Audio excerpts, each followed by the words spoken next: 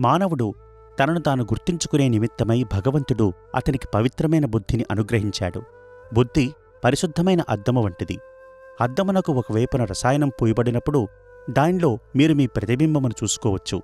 రసాయనము పోయని అద్దమును ఎదురుగా పెట్టుకుంటే దాని వెనుక భాగమున ఉన్నదేదో కనిపిస్తుందిగాని మీకు మీరు కనిపించరు.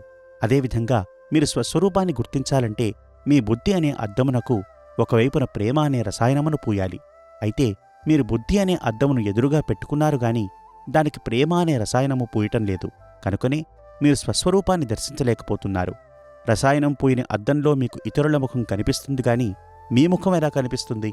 కనుకనే ఈనాడు ప్రతి ఒక్కరూ ఎవరండి మీరు, ఎక్కడ్నుండి వచ్చారు అని ఎదుటివారిని ప్రశ్నిస్తున్నారే గాని నేనెవరు, ఎక్కడ్నుండి వచ్చాను అని తనను తాను ప్రశ్నించుకోవడం లేదు.